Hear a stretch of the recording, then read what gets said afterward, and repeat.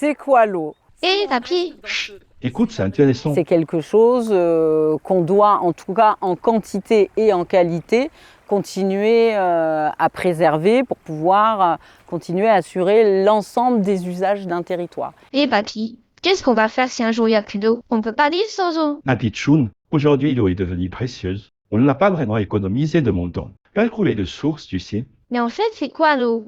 D'où elle vient? Eh bien, l'eau. Va regarder sur tes machines pendant que je prépare le repas. Ah, ça dit ChatGPT. Je crois qu'on a trouvé. Yes. Tiens papy, regarde ce qu'on a trouvé. C'est le grand cycle de l'eau. C'est l'évaporation des mers, des océans, la condensation, les précipitations, les infiltrations, et le cycle recommence. Et d'où elle vient cette eau qui coule du robinet chez nous?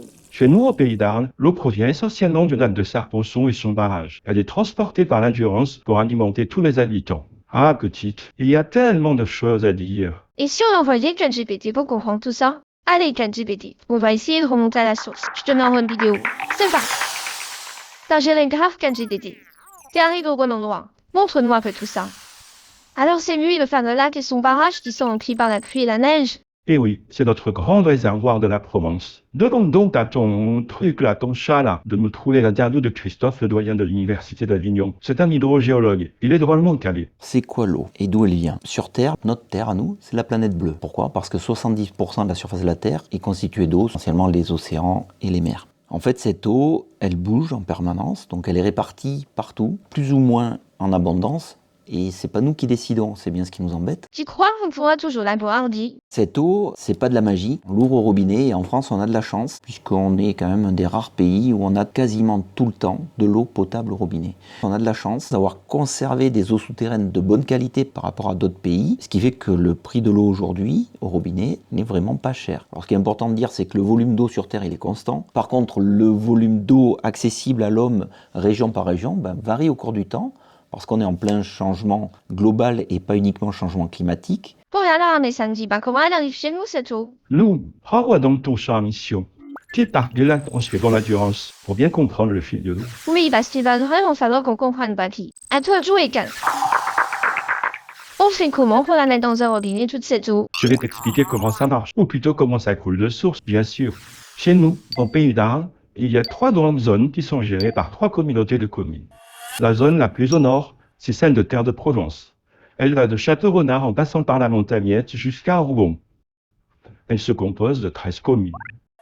Celle qui couvre les Alpilles et la vallée des Baux avec ses 10 communes s'appelle la CCVBA, Communauté de communes de la vallée des Baux Alpilles. Enfin, la plus grande qui se nomme la CCM, Arles-Cros, Camargue, Montagnette, couvre seulement 6 communes d'Arles jusqu'au Sainte-Marie-de-la-Nef. Tu connais maintenant les 3 zones.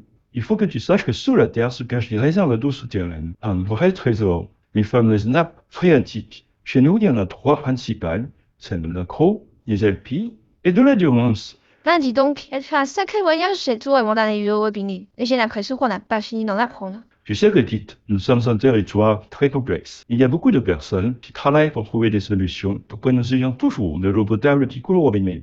Bien, alors la pêche aux infos. À toi de jouer, et bientôt, enfin le machin. Papy, c'est calme GPT. Et il va falloir faire simple, papy, hein, pour pas que ce soit trop relou. Wesh. Oh mais papy, c'est tout seul ici. Il n'y a pas d'eau? Pourquoi on est là? Ah bah tiens, il y a quelqu'un. Et Kat, rapproche-toi du monsieur. Bonjour, je suis l'eau. Vous êtes qui, vous? Bonjour, je suis Florian, le contrôleur de la nappe qui est sous tes pieds. Tu as ton ticket? Ah bon, il y a de l'eau là-dessous. Mais il est pas waterproof, GPT. C'est quoi une nappe? C'est de l'eau sous terre qu'on appelle une nappe phréatique et elle s'étend de Fos, Arles et jusqu'à Salon de Provence. Elle vient d'où? Mais elle sert à quoi? Toute cette eau, elle vient de la Durance et après elle est infiltrée par les prairies de Fouan-de-Cros. Elle va servir pour l'eau potable, l'industrie et l'agriculture. C'est profond, à pied? Il y a 40 mètres de profondeur dans les endroits les plus profonds et 10 mètres dans le Coussoul de Cros. Dis Florian, tu sais pourquoi il y a des gros cailloux? Il y a des gros galets parce qu'ici, avant, c'était l'ancien lit de la Durance. Je viens faire des prélèvements car on contrôle régulièrement la qualité de l'eau de la nappe phréatique. Moi, mon travail, c'est de la mesurer et de la contrôler. Viens, je vais te montrer. Mais t'as une règle pour la mesurer? Non, on a une sonde manuelle que l'on rentre dans le piézomètre. Un piézomètre? Et c'est quoi ce DINS? C'est un long tube qui va être dans la nappe phréatique et qui va nous permettre de mesurer la hauteur d'eau. Mais maintenant, on a des sondes automatiques qui nous mesurent le niveau d'eau en temps réel. et c'est directement connecté à nos téléphones. Aujourd'hui, elle est à 17 degrés. Là, ici, il y a 8 mètres de profondeur. Et comment je fais, moi, pour la mettre dans mon verre, cette eau? Donc d'abord, l'eau, elle est dans la nappe phréatique. Ensuite, par la station de captage, elle sera pompée, puis traitée, et enfin stockée. Et maintenant, elle va être distribuée chez toi, et ensuite traitée à la station d'épuration, et elle va arriver après au milieu naturel. C'est ce qu'on appelle le petit cycle de l'eau. Eh bien, c'est pas tout, Lou. Pour commencer ce petit cycle, partons pomper. Gap, j'ai encore une mission pour toi. Continuons notre enquête. Trouve Bruno à la régie des eaux de Terre-de-Provence de Saint-Andiol. Ah, c'est ça un puits de captage. Et ça capte quoi? Bah, il te l'a expliqué, Florian. Le puits capte l'eau de la nappe. Mais ils vont où? Tiens, les revoilà. Tiens, on dirait Bruno. Mais vous faites quoi dans ce trou? Ce n'est pas un trou, c'est un puits de captage qui est alimenté par la Durance, par la nappe phréatique de la Durance. À l'intérieur, nous avons 4 conduites d'aspiration qui nous permettent d'alimenter notre château d'eau. Et après, ces conduites-là vont en direction de la station de pompage qui est à côté. Elles font quoi, tes pompes, Bruno? En fonction des demandes de niveau, en fait, nous avons 1 à 4 pompes qui peuvent démarrer selon le niveau et selon le débit demandé. Et on peut la boire? En fait, cette eau après est ensuite chlorée par notre système de chloration. La chloration est analysée et en fonction de ça, nous pouvons distribuer l'eau aux abonnés tranquillement. Mais ils nous emmènent où? Dans son réservoir, mon Dieu. Celui-ci s'appelle un château d'eau, qui stocke l'eau potable. Et en fonction du terrain, ils sont aériens ou enterrés. Waouh, on va monter dans un château. Je kiffe. Trop la classe. Incroyable. Il va où cet escalier? Jusqu'au ciel? Alors non, il ne monte pas jusqu'au ciel. En fait, il va nous conduire jusqu'à notre réservoir d'eau qui est situé à 60 mètres de haut, d'une contenance de 1000 mètres cubes. Comme je vous disais tout à l'heure, donc la station de pompage qui est à contrebas nous pousse l'eau jusqu'à ce réservoir par les conduites inox qui sont à notre droite et qui nous permettent d'alimenter la commune de Saint-Andiol et entre autres. C'est un diamètre 300 en inox. On a ici l'alimentation du réservoir et la distribution sur la commune. Et rien qu'en mettant les mains dessus, là on entend que ça pompe. En fait, on sent les vibrations sur les conduites. Mais là, vraiment jusqu'au ciel. Oh là là, ça me donne le tournis. Heureusement qu'il y a un chat volant, hein, parce que moi, j'aurais jamais pu monter. Hein. C'est plus de mon âge tout ça. Hein. Ça alors, c'est quoi ce bazar? Radio LTI. Alors, ce n'est pas du bazar. En fait, ce sont nos systèmes de communication qui nous permettent d'établir une communication sur les différents sites de la régie. Donc, sur la régie des eaux, on a 13 communes. Ces 13 communes comportent à peu près 300 sites dans la globalité. On a une partie eau et une partie assainissement. Et ces 2 radios en fait, permettent de récupérer toutes les données via les sites et de les rapatrier sur le PC de supervision qui est dans mon bureau afin de nous donner tous les matins en fait, les données de nos différents niveaux, réservoirs, pompage, poste de relevage et station d'épuration. C'est reparti. Ton lipotis, ton lipoton. Oh là là, il y a un jacuzzi. Non, il n'y a pas de jacuzzi. En fait, il y a un réservoir de 1000 mètres cubes d'eau qui nous permet de desservir la commune de Saint-Andiol et d'autres communes aux alentours. Je te l'avais dit qu'on allait monter jusqu'au ciel. Waouh!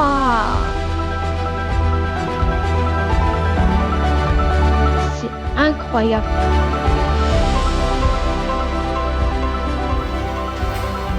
Finalement, on dirait une bouteille d'eau géante ce château.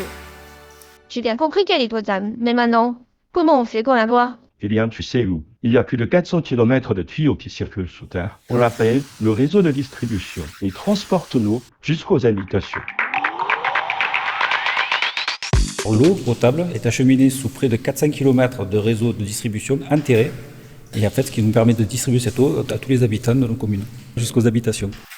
C'est vrai qu'on s'en rend pas compte, mais on en utilise beaucoup de l'eau. Oh oui, beaucoup trop. Environ 150 litres par jour et par habitant. Berk. Mais après, l'eau par où c'est tout sale? Dans d'autres tuyaux, évidemment, jusqu'à la station d'épuration. C'est le traitement des eaux usées. Regarde, Patty. Olivier à la station d'épuration de Château-Renard devrait pouvoir nous aider. ChatGPT, t'as encore assez de batterie pour y aller.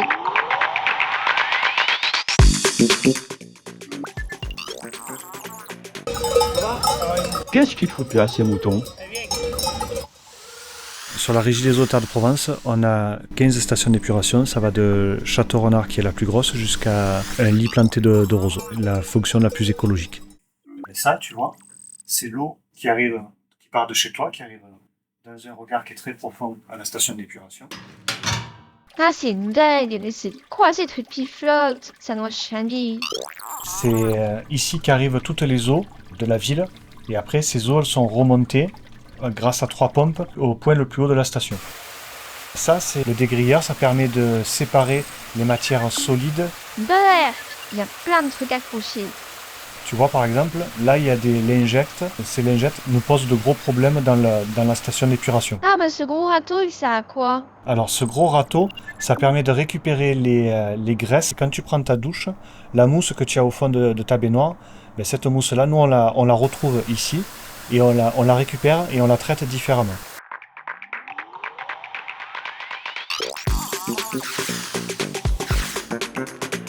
Oh bah après le jacuzzi d'eau, voilà le bon pour l'olivier. Ça va être bon pour tes rhumatismes, sympathie. Alors, ce grand bac de boue, ça s'appelle le bassin d'aération. Le bassin d'aération, c'est là où on retrouve les bactéries qui viennent manger la pollution.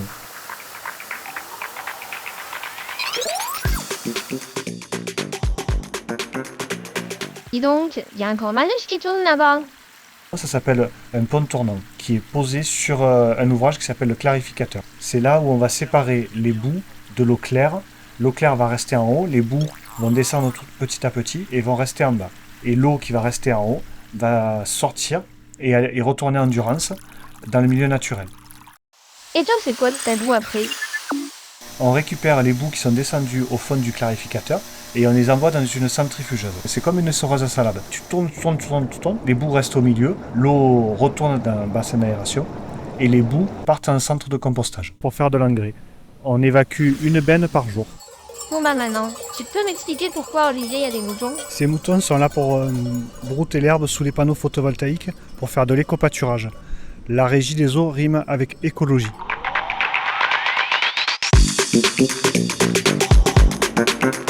Bah dis donc, quel périple. Elle en fait mon voyage cette eau jusqu'ici. Et c'est pas fini. Le cycle recommence. Oh là là, la loose. 4GPT a plus de batterie. Faut vite le faire rentrer à la maison à moins qu'il se mette dans l'endurance. Oh, ben moi, ça m'a donné soif tout ça. Mais dis donc, c'est l'heure de l'apéro.